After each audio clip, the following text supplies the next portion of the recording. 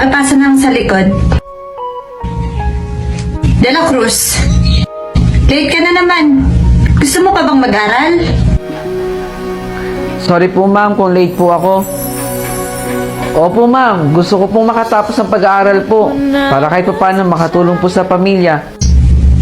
Eh kung ganon, sa susunod dapat tagahan mo ng pasok mo. Sige po ma'am, pasensya na po. Next! Okay class, i-rewind natin. Ano nga ulit ang philosophy?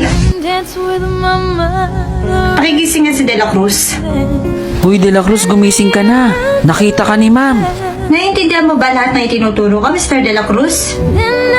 Sorry po ma'am. Opo ma'am, naiintindihan ko po. Okay class, announcement. Magkakaroon tayo ng examination at kailangan sa exam na yun lahat buo babayaran ng tuition fee. Ano daw? Mag-e-exam na daw tayo. Mag-e-exam na daw? Kakaintindihan ba tayo? Mr. De La Cruz, baka naman na-late ka pa sa araw ng exam. Hindi po ma'am. Sisikapin ko pong makapasok ng maaga po. Order nga ng burger with fries. Ikaw po pala yan ma'am. Mr. De La Cruz, dito ka nagtatrabaho? Opo. Dito po ako nagtatrabaho. Ma'am, pasensya na po pala kung palagi po ako late sa klase ninyo. Kailangan ko lang pong kumayod para po sa pag-aaral ko. Sisikapin ko pong makapasok ng maaga po sa klase ninyo.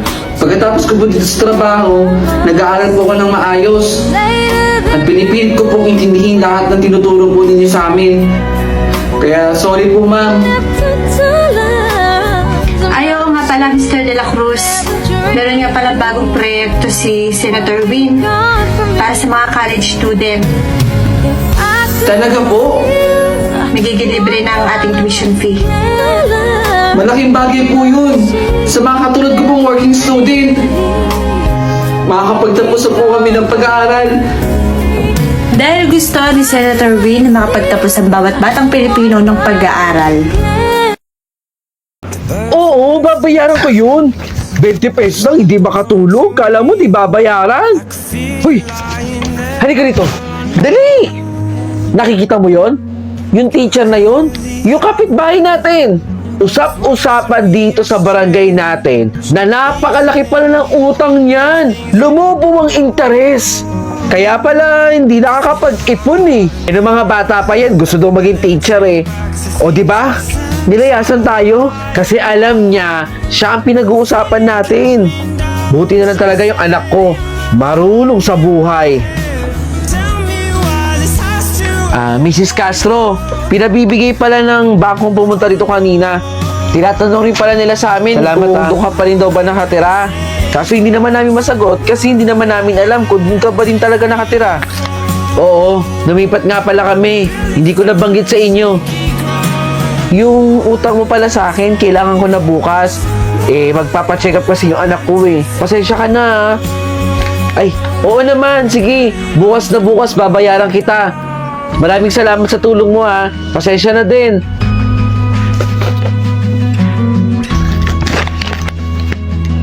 Mga mare, halika rito, dali-dali. Ito, hot issue to. Kagagaling ko lang sa eskwelahan, promise. Yung teacher nating kapitbahay, naku, dun pa lang pala sa school, ang dami ng utang. Tapos, may pumunta pa dong mga taga-bangko, hinahanap siya. Aling Marites, pwede po bang itikom nyo na lang po yung bibig ninyo? Huwag nyo na lang po pakialaman yung buhay ng ibang tao.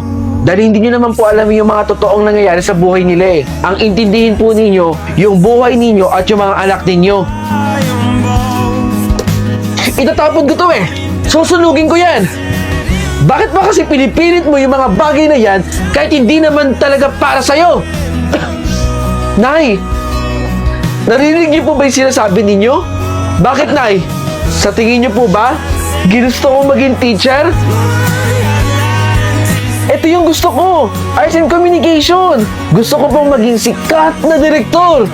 At di ba, Nay, kapag gusto mo yung ginagawa mo, ibig sabihin, gagawa at gagawa ka ng paraan para kumita ka ng malaking pera? Hindi. Magti-teacher ka. Kailangan mo sundan ang yapak ng mga tiyahin mo.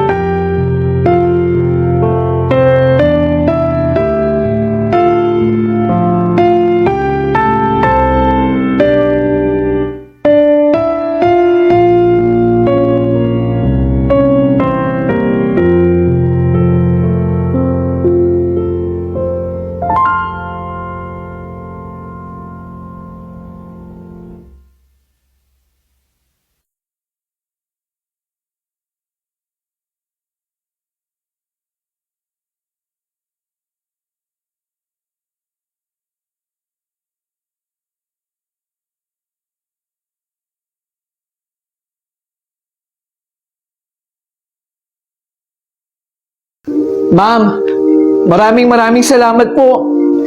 Walang anuman. Basta galingan mo, ha? Oh, bago na naman yung katulong natin dito, BFF. Kailangan kasi natin. BFF, di ka ba nagsasawa na buwan-buwan tayo nagpapalit na katulong dito? Ano naman kung buwan-buwan tayo nagpapalit? Advice ko lang, BFF, ha? Huwag ka masyado nagtitiwala kasi sa ibang tao. Minsan kasi, ang tiwala, pag sobra-sobra mong binibigay, masakit yung magiging resulta. Oo naman, BFF. Lagi kong tinatandaan yung mga sinasabi mo. Siyempre, best friend kita eh. Best friend. Ano?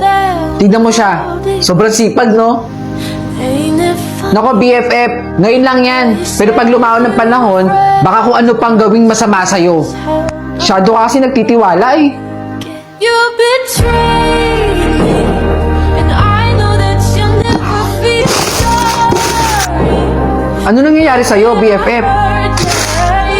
Best friend, nawawala yung mga alahas ko dito. Ano? Yan na nga ba sinasabi ko sa'yo eh. Baka yung bagong katulong mo. Di ba kasi sinabihan kita na huwag ka masyado nagtitiwala? Tanungin mo kaya siya.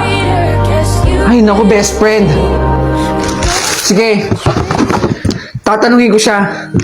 At kung sakaling siya ang kumuha,